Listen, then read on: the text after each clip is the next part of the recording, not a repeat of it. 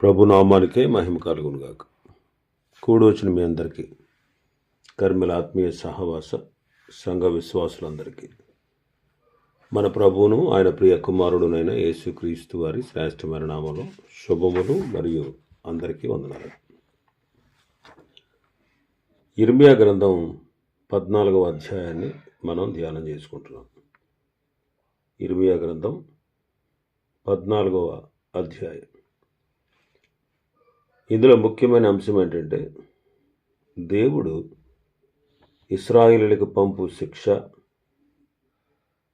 ఆ శిక్షలను ప్రవక్త జ్ఞాపకం చేయుట ప్రాముఖ్యంగా ఈ అధ్యాయంలో మనం చూడగలం. గత దినం వరకు 13 వచనాలు మనం ధ్యానం చేసుకున్నాం. 9 వచనాలు మనం ధ్యానం చేసుకున్నాం. 10వ వచనాన్ని నుంచి మనం ధ్యానం చేసుకుందాం. 10వ వచనం నుంచి 18వ వచనం వరకు అబద్ధ ప్రవక్తలను గూర్చి రాయబడి ఉంది. 10వ వచనం చదువుదాం. యెహోవా ఈ జనులతో ఈ మాట సెలవిచ్చుచున్నాడు. ఈ జనులు తమ కాళ్లకు అడ్డం లేకుండా తిరుగులాడుటకు ఇచ్చగలవారు గనుక యెహోవా వారిని అంగీకరింపడు. ఇప్పుడు ఆయన వారి అక్రమమును జ్ఞాపకము చేసుకును, వారి పాపములను బట్టి వారిని శిక్షించును. ఈ జనులు తమ కాళ్లకు అడ్డం లేకుండా తిరుగులాడుటకు ఇచ్చగలవారు అంటాడు. అంటే దుష్టత్వం విషయంలో వారికి నిర్బంధం లేదు.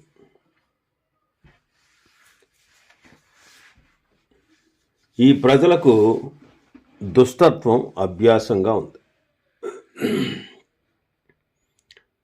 దుష్టత్వం వారికి అలవాటైపోయింది. అందుకే దేవుడు వారిని అంగీకరింపడు.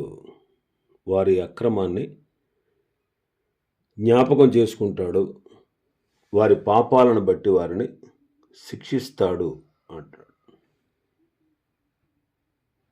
మరి మన పరిస్థితి ఏంటి? ఈ ప్రజలకు దుష్టత్వం అభ్యాసమే. వారు తిరుగు లేకుండా, వారికి కాళ్లకు అడ్డం లేకుండా వారు తిరుగులాడుతూ దేవునికి వ్యతిరేకమైన కార్యాలు వారు చేస్తున్నారు. మరి మన పరిస్థితి ఏంటి? మనం క్రీస్తు బిడలం. మత్తయి సువార్త 7వ అధ్యాయం 14వ వచనం. ఇరుకు ద్వారమున ప్రవేశించుడి, నాశనమునకు పోవు ద్వారము వెడల్పును, ఆ దారి విశాలమునై ఉన్నది, దాని ద్వారా ప్రవేశించువారు అనేకులు. జీవమునకు పోవు ద్వారము ఇరుకును, ఆ దారి సంకుచితమునై ఉన్నది, దానిని కనుగొని వారు కొందరే అంటాడు. కాబట్టి మనం ఇరుకు మార్గమున ప్రవేశింప పోరాడాడు. విశాలమైన మార్గం ఉంది, ఇరుకు మార్గం ఉంది. విశాలమైన మార్గంలో మన ఇష్టానుసారంగా నడవచ్చు. తుదకు అది మరణానికి తీసుకువెళ్తుంది, నాశనానికి తీసుకువెళ్తుంది. కానీ ఇరుకు ద్వారమున మనం ప్రవేశించాలి.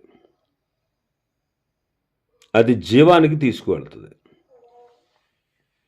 ఆ దారి ఇరుగ్గా ఉంటుంది, ఇబ్బందులతో కూడి ఉంటుంది. అయినా అది జీవానికి మనల్ని తీసుకువెళ్తుంది. దాన్ని కనుగొని వారు కొందరే అంటాడు. రోమాపత్రిక 6వ అధ్యాయం 19వ వచనాలు. 19వ వచనం నుంచి. రోమాపత్రిక 6వ అధ్యాయం 19. మీ శరీర బలహీనతను బట్టి మనుష్య రీతిగా మాట్లాడుచున్నాను.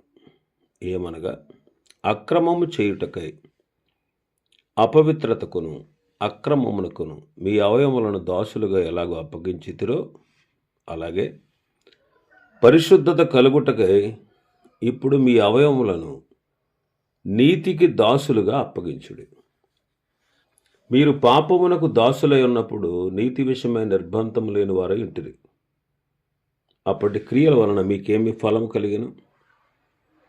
వాటిని గురించి మీరిప్పుడు సిగ్గుపడుచున్నారు కారా? వాటి అంతము మరణమే. ఒకప్పుడు మనం పాపమునకు దాసులుగా ఉన్నప్పుడు నీతి విషయమైన నిర్బంధం లేకుండా ఉన్నాం. ఒకప్పుడు పాపమునకు దాసులుగా ఉన్నప్పుడు అక్రమం చేయడానికి, అపవిత్రతకు మన అవయవాలను దాసులుగా అప్పగించాం. కానీ ఇప్పుడు సిగ్గుపడుతున్నాం ఆ కార్యాల విషయమే. కాబట్టి దుష్టత్వం విషయంలో మనం దేవునికి ఇష్టలుగాను, ఆ దుష్టత్వాన్ని విడిచి ఒకప్పుడు పాపానికి, అక్రమానికి మన అవయవాలను ఎలాగ అప్పగించాము, ఇప్పుడు పరిశుద్ధత కలుగుటకై నీతికి సాధనాలుగా మన అవయవాలను అప్పగించాలి. ఇంకా మన భాగంలోకి వస్తే 11వ వచనం, మరియు యెహోవా నాతో ఎట్లనెను, వారికి మేలు కలుగునట్లు ఈ ప్రజల నిమిత్తము ప్రార్థన చేయకుము అన్నారు. అంటే భక్తుడైన ఇర్మియా, ప్రవక్త అయిన ఇర్మియా వారి కొరకు ప్రార్థన చేయవాడు. వారి కొరకు ప్రార్థన చేయవాడు. వారు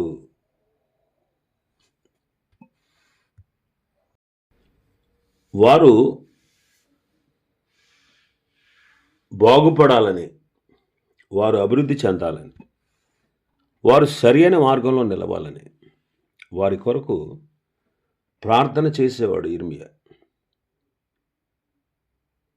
అందుకే ప్రభు అంటున్నారు, నీవు వారి నిమిత్తం, ఈ ప్రజల నిమిత్తం ప్రార్థన చేయొద్దు, వారికి మేలు కలగాలని నువ్వు ప్రార్థన చేయొద్దు అంటున్నాడు. నిజమైన భక్తుడు నశించిపోతున్న వారి కొరకు ప్రార్థిస్తాడు. ఇశ్రాయేలీలు ఐగుప్తు దేశం నుంచి వచ్చేటప్పుడు మార్గమధ్యలో దూడను చేసుకుని దాన్ని పూజిస్తూ దేవుని మరిచినప్పుడు దేవుని కోపం వారి మీదకు వచ్చింది. తప్పుకో మోషే, వీళ్ళని నాశనం చేసి నీ సంతానాన్ని విస్తరింపజేసి వారి కనాన దేశాన్ని ఇస్తాను అన్నాడు. కానీ మోషే ఆ విషయంలో అడ్డుపడ్డాడు. నీవు వారి పాపాన్ని పరిహరించావా సరే, లేకపోతే నీ గ్రంథంలో నుంచి నా పేరు తొలగించు అని ప్రార్థన చేశాడు. పౌలు గారి గురించి మనం చూస్తాం. రోమాపత్రిక 9వ అధ్యాయం 1వ వచనం, ఇశ్రాయేలీలు రక్షణ పొందాలని నాకు బహు దుఃఖమును, నా హృదయంలో మానని వేదన ఉంది. సాధ్యమైతే దేహ సంబంధులైన నా సహోదరుల రక్షణ కొరకు నేను క్రీస్తు నుండి వేరే శాపగ్రస్తుడనై ఉండకూడదును అంటాడు. 10వ అధ్యాయం 1వ వచనంలో చూస్తే, సహోదరులారా, ఇశ్రాయేలీయులు రక్షణ పొందాలని నా హృదయాభిలాష, వారి విషయమై నేను దేవునికి చేయు ప్రార్థనయునై ఉన్నది అంటాడు. కాబట్టి మనం కూడా ఇర్మియా వలె నశించిపోతున్న లేదా మార్గము తప్పి తిరుగుతున్న వారి కొరకు మనం ప్రార్థించాలి. ఇంకా మనం చూస్తే 12వ వచనం, వారు ఉపవాసం ఉన్నప్పుడు నేను వారి మొరను వినను, వారి దహన బలినైనను నైవేద్యమునైనను అర్పించినప్పుడు నేను వాటిని అంగీకరింపను. ఖడ్గం వలనను, క్షామం వలనను, తెగులు వలనను వారిని నాశనము చేసేదను అంటారు. ఇశ్రాయేలు యొక్క భక్తి కార్యాలు నామకార్థంగా ఉన్నాయి కాబట్టి ప్రభు ఇష్టపడతలేదు. వారు ఉపవాసం ఉంటున్నారు, వారు దహన బలులు అర్పిస్తున్నారు, నైవేద్యాన్ని అర్పిస్తున్నారు,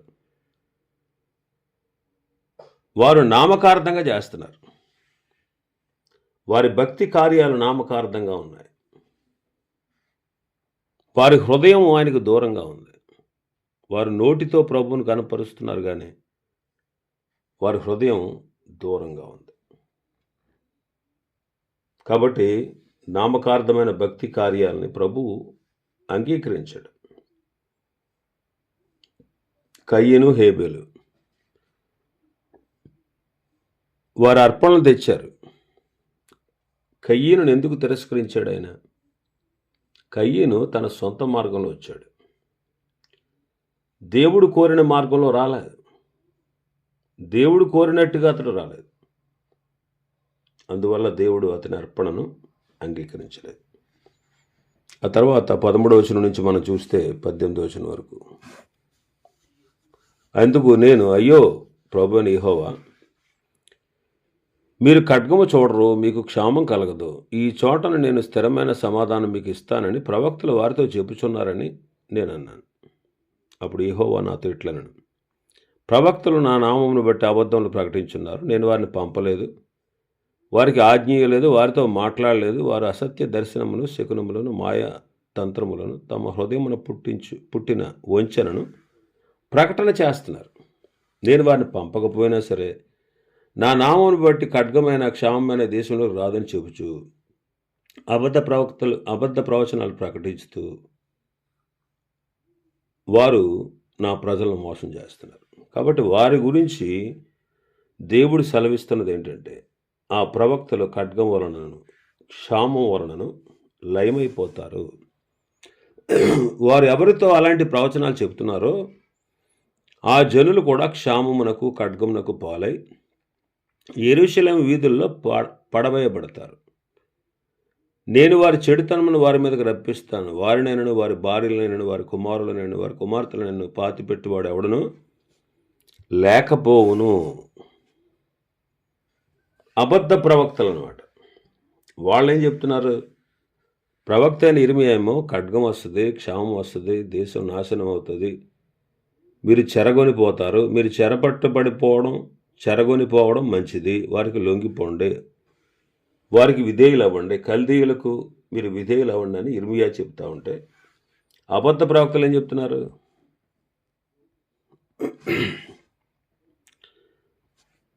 మీకు ఖడ్గము చూడరు, మీరు ఖడ్గం చూడరు, మీకు క్షామం కలగదు, ఈ చోట స్థిరమైన సమాధానాన్ని మీకు ఇస్తాను అంటున్నారు. ప్రభు ఏమంటున్నాడు? నేను వారిని పంపలేదు, సారీ అండి, వారికి ఆజ్ఞేయలేదు, వారితో మాట్లాడలేదు. వారు అసత్య దర్శనాలు, శకునం, మాయమంత్రం, తమ హృదయంలో పుట్టిన వంచనను బట్టి ప్రకటిస్తున్నారు. నేను వారిని పంపకపోయినా సరే నా నామమును బట్టి ఖడ్గమైన క్షామమైన దేశం మీదకి రాదని చెప్పుచు అబద్ధ ప్రవచనాలు ప్రకటిస్తూ వారు నా ప్రజలను మోసం చేస్తున్నారు. కనుక ఆ ప్రవక్తలు ఖడ్గం వల్ల క్షామం వల్ల చేస్తారు. వారెవరితో అలాంటి ప్రవచనాలు చెప్పారో ఆ జనులు కూడా క్షామం వలన ఖడ్గం వలన పాలై యెరూషలేము వీధుల్లో పడవేయబడతారు. నేను వారి చెడుతనను వారి మీదకి రప్పిస్తాను. వారిని, వారి భార్యలను, వారి కుమారులను, వారి కుమార్తెలను నాశనం చేస్తాను. వారిని పాతిపెట్టేవాడు ఎవడు ఉండడు. ఆనాడు అబద్ధ ప్రవక్తలు ఉన్నారు, ఈనాడు దుర్బోధకులు ఉన్నారు. ఆనాటి సమాజంలో అబద్ధ ప్రవక్తలు ఉన్నారు, ఈనాటి సమాజంలో సంఘంలో అబద్ధ బోధకులు ఉన్నారు, దుర్బోధకులు ఉన్నారు. పేతురు 2వ పత్రిక 2వ అధ్యాయం 1వ వచనం, మరియు అబద్ధ ప్రవక్తలు ప్రజల్లో ఉండిరి, అటువలనే మీలోనూ అబద్ధ బోధకులుందురు. వీరు తమ్మును కొనిన ప్రభువును కూడా విసర్జించుచు తమకు తామే శీఘ్రముగా నాశనము కలుగజేసుకొనుచు నాశనకరమగు భిన్నాభిప్రాయములను రహస్యముగా బోధిస్తారు. మరియు అనేకులు వారి పోకిరి చేష్టలను అనుసరించి నడుస్తారు. వీరిని బట్టి సత్యమార్గం దూషించబడద్దు. వారు అధిక లోబులై కల్పనా వాక్యములు చెప్పుచు మీ వలన లాభం సంపాదించుకుంటారు. వారికి పూర్వం నుండి విధించబడిన తీర్పు ఆలస్యము చేయదు. వారి నాశనము కునికి నిద్రపోదు. కాబట్టి దుర్బోధకులు ఉన్నారు, వారికి శిక్ష భయంకరంగా ఉంటుంది. అయితే వాళ్ళ విషయంలో మనం చాలా జాగ్రత్తగా ఉండాలి, చాలా జాగ్రత్తగా ఉండాలి. కాబట్టి మనం చాలా జాగ్రత్తగా వారి విషయమై జాగ్రత్త కలిగి ఉండాలి. ఇంకా 17వ వచనం నుంచి చూస్తే, నీవు వారితో చెప్పవలసిన మాట ఏదనగా, నా జనుల కన్యక గొప్ప ఉపద్రవం వల్ల పీడింపబడుతుంది, ఘోరమైన గాయము నొంది ఉన్నది. దివారాత్రము మానక నా కన్నుల నుండి కన్నీరు కారుచున్నది. పొలంలోనికి నేను పోగా ఖడ్గము చేత అతులైన వారు కనబడుతున్నారు. పట్టణంలో ప్రవేశించగా క్షామ పీడితులు అక్కడ కనపడుతున్నారు. ప్రవక్తలేమి యాజకులేమి తాము ఎరగని దేశములకు పోవనని ప్రయాణమై ఉన్నారు. ఇక్కడ నా జనుల కన్యక గొప్ప ఉపద్రవం వల్ల పీడించబడతా ఉంది, ఘోరమైన గాయాన్ని పొందినది. దివారాత్రము మానక నా కన్నుల నుండి కన్నీరు కారుతుంది. కాబట్టి కన్నీటితో విలపిస్తున్నాడు ఇర్మియా. మరి మనకు కూడా అలాంటి భారం ఉండాలి. అపొస్తలుడైన పౌలు అలాంటి భారాన్ని కలిగి ఉన్నాడు. నాకు బహు దుఃఖమును మానని వేదన కలుగుతున్నాయి, ఎందుకంటే నా ప్రజలైన ఇశ్రాయేలులు రక్షణ పొందాలని. 3.5 సంవత్సరాలు మానక కన్నీరు విడుస్తూ బుద్ధి చెప్పాడట. ప్రయోజనకరమైనది ఏది దాచుకోకుండా అందరికీ బోధించాడు. సంఘములు గూర్చినటువంటి భారం, చింత ఆయనకున్నట్టుగా మనం పరిశుద్ధ గ్రంథంలో చదువుతా ఉన్నాం. ఇంకా మనం చూస్తే 19వ వచనం నుంచి 22వ వచనం వరకు. 19వ వచనం, నీవు యోధాను బొత్తిగా విసర్జించితివా? సియోను నీకు అసహ్యమైన, మాకు చికిత్స దొరకకుండానంతగా నీవేళ మమ్మల్ని కొట్టితివి. మేము సమాధానం కొరకు కనిపెట్టుచున్నాము కానీ మేలేది కనబడట్లేదు, చికిత్స కలుగు కాలం కొరకు కనిపెట్టుచున్నాము కానీ భీతి తగిలి ఉన్నది. ఎందుకంటే ప్రభు సియోను విడిచిపెట్టాడు. కారణం వారి పాపమే. కాబట్టి మనలో కూడా ఏదైనా పాపము దాగి ఉన్న పాపాన్ని మనం కప్పిపెట్టిన ప్రయోజనం ఉండదు. దానివల్ల మనం దేవుని కోపానికి గురవుతాం. అందుకే అతిక్రమలు దాచిపెట్టువాడు వర్ధిల్లడు, వాటిని ఒప్పుకొని విడిచిపెట్టువాడు కనికరము పొందును అనే మాట మనం చదువుతాం సామెతల గ్రంథంలో.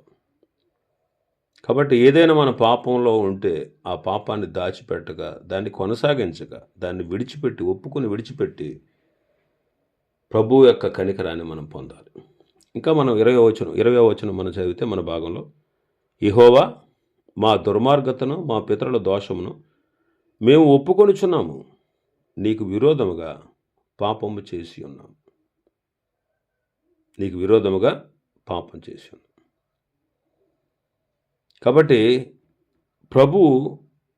ప్రభు దగ్గర ఒప్పుకోలు మనం చూస్తున్నాం. అక్కడ నీ నామాన్ని బట్టి మమ్మల్ని త్రోసివేయొద్దు అంటున్నాడు. ప్రశస్తమైన నీ సింహాసనమును అవమానపరచొద్దు. అంటే సింహాసనం అంటే యెరూషలేము. మాతో నీవు చేసిన నిబంధనను జ్ఞాపకం చేసుకున్నాము, దాన్ని భ్రష్టపరచుకుమి అంటున్నాడు. దాన్ని భ్రష్టపరచు. సంఘం పట్ల దేవుడు అనాది కాలంలోనే ఒక నిబంధనను ఏర్పాటు చేశాడు. ఆ నిబంధనను మరువడు. అందుకే ఆ నిబంధనను బట్టి మనందరినీ ఆయన ఎదుట పరిశుద్ధులుగా, నిర్దోషులుగా, నిరపరాధులుగా నిలబెట్టుటకు ఆయన శరీరధారిగా వచ్చాడు. వాక్యముతో ఉదక స్నానము చేత మనలను పవిత్రపరిచి పరిశుద్ధపరిచాడు. ఇంకా 21-22 వచనాలు చూస్తే, 22వ వచనం చూస్తే, జనుముల వ్యర్థ దేవతలలో వర్షము కురిపింపగలవారున్నారా? ఆకాశము వాననీయగలదా? మా దేవుడు అయిన యెహోవా నీవే కదా దాన్ని చేయుచున్నావు. నీవే ఈ క్రియలన్నింటినీ చేయుచున్నావు. నీ కొరకు మేము కనిపెట్టుకొనుచున్నాం. వర్షం వస్తే వర్షం ఎంతో గొప్ప కార్యాలు జరిగిస్తుంది. హెబ్రీ పత్రిక 6వ అధ్యాయంలో చూస్తే, హెబ్రీ పత్రిక 6వ అధ్యాయం 7-8 వచనాలు చూస్తే, భూమి తన మీద తరచుగా కురి వర్షం త్రాగి ఎవరి కొరకు వ్యవసాయం చేయబడునో వారికి అనుకూలమైన పైరులను ఫలించుచు దేవుని ఆశీర్వచనం నందును. అయితే ముండ్ల తుప్పలు గచ్చ పొదలు దాని మీద పెరిగిన ఎడల అది పనికిరానిదని విసర్జింపబడి శాపము దగును, తొదకది కాల్చివేయబడును. వర్షం భూమి మీద కురిసినప్పుడు భూమి ఏం చేస్తుంది? ఆ వర్షాన్ని త్రాగి ఎవరైతే వ్యవసాయం చేస్తున్నారో వారికి అనుకూలమైన పైరులను ఫలిస్తుంది. కాబట్టి వర్షం వల్ల ఫలం, మన జీవితంలో కూడా ఫలాలు ఉండాలి. మారు మనస్సుకు తగిన ఫలం, వెలుగు ఫలం, నీతి ఫలం, ఇలాగ ఫలాలు ఉండాలి.